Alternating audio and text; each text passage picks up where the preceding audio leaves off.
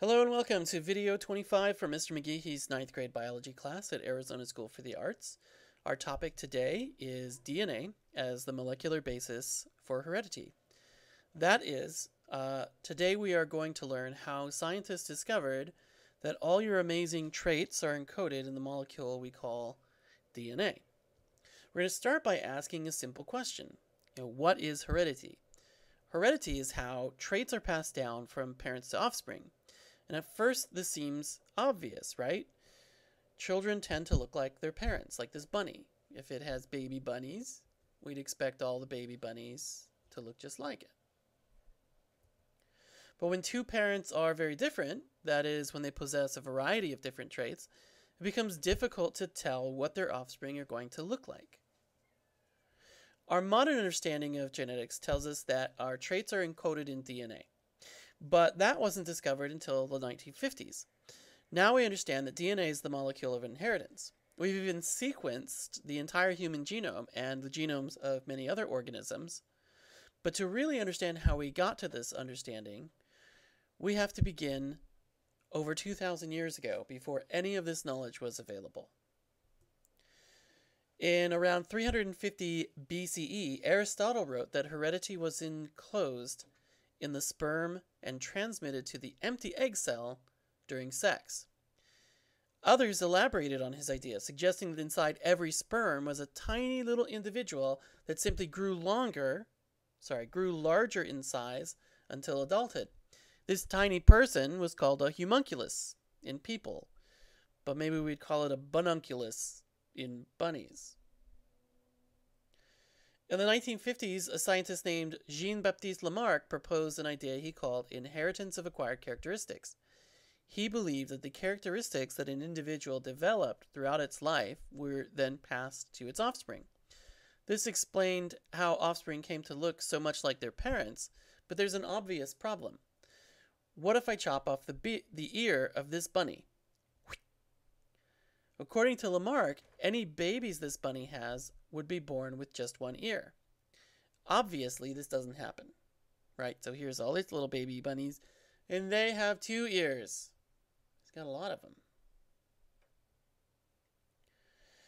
In the 1900s, other scientists helped to develop our modern understanding of heredity. In 1919, for example, Phoebus Levene discovered nucleic acids. And about 20 years later, a team of scientists, George Beadle and Edward Tatum, discovered that a gene is the instructions for making a single protein. One of the most important discoveries of the 20th century was made by Frederick Griffith. His famous experiment is known as Griffith's transformation, or just transformation. In 1928, Griffith, who was a doctor, studied how bacteria are able to make people sick.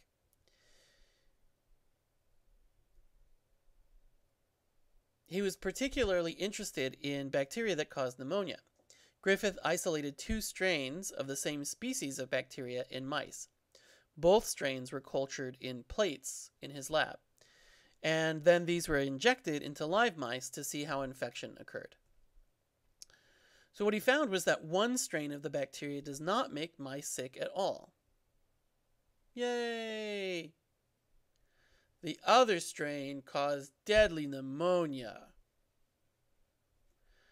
When he cultured the bacteria in petri dishes, he found that the disease-causing strain grew in smooth-edged colonies in culture, while the harmless strain grew in rough-edged colonies. So he was able to identify these strains as smooth strains and rough strains, depending on how they grew in culture. When he injected mice with the rough strain bacteria, nothing happened. However, when Griffith injected mice with the smooth strain bacteria, they died. In order to understand how the infection happened, Griffith then took samples of the deadly smooth strain bacteria and killed them with heat. He injected the killed bacteria into the mice. What do you think happened, kids? That's right. The mice all lived.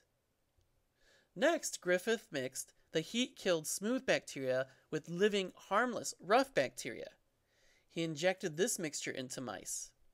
What do you think happened? Oh, you're wrong. This time the mice died. When he examined the lungs of mice, he found them filled with the disease-causing smooth bacteria. How did this happen? Was it a case of zombie bacteria? Probably not. Griffith hypothesized that a transformation had occurred. Mixing the dead smooth bacteria with live rough bacteria somehow changed the harmless strain into a deadly strain. In other words, information from one strain had passed into the other strain, and he hypothesized that the transformation was caused by a gene. Enter this guy, Oswald Avery. In 1944, Avery repeated Griffith's experiment, except this time he treated smooth bacteria with chemicals. The chemicals broke down all the fats and proteins and carbohydrates and other molecules. All that was left was DNA, and when he mixed the DNA from the deadly smooth strain with the rough strain of bacteria, he then injected the mixture into mice. What was the result? Well, the harmless rough strain bacteria was transformed into the deadly smooth strain. In other words, Avery had discovered that DNA stores information and then transmits that information to other organisms. In other words, DNA was the hereditary molecule. That's the end of this video, folks. Be sure to complete the content questions and come prepared to review all this information in class. And as always, here's your bunny of the day.